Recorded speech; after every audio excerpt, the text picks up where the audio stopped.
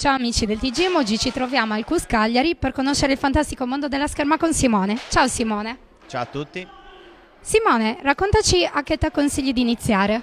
Allora, noi consigliamo di iniziare a fare scherma intorno ai 5-6 anni, diciamo i bambini che vanno in prima elementare o i bambini che sono ancora all'infanzia ma sono già scolarizzati. Bene, e che differenze sostanziali ci sono tra un allenamento per i bambini e un allenamento per gli adulti?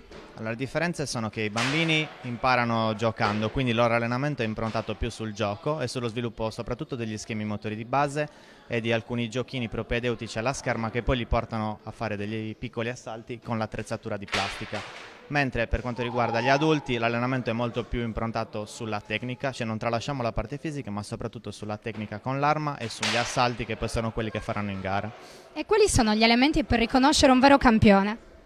Allora, elementi non ce ne sono tantissimi, di sicuro un indice è la curiosità. I bambini più curiosi di solito sono poi quelli che riescono di più nella scherma. E in una parola, dici che cosa rappresenta per te la scherma?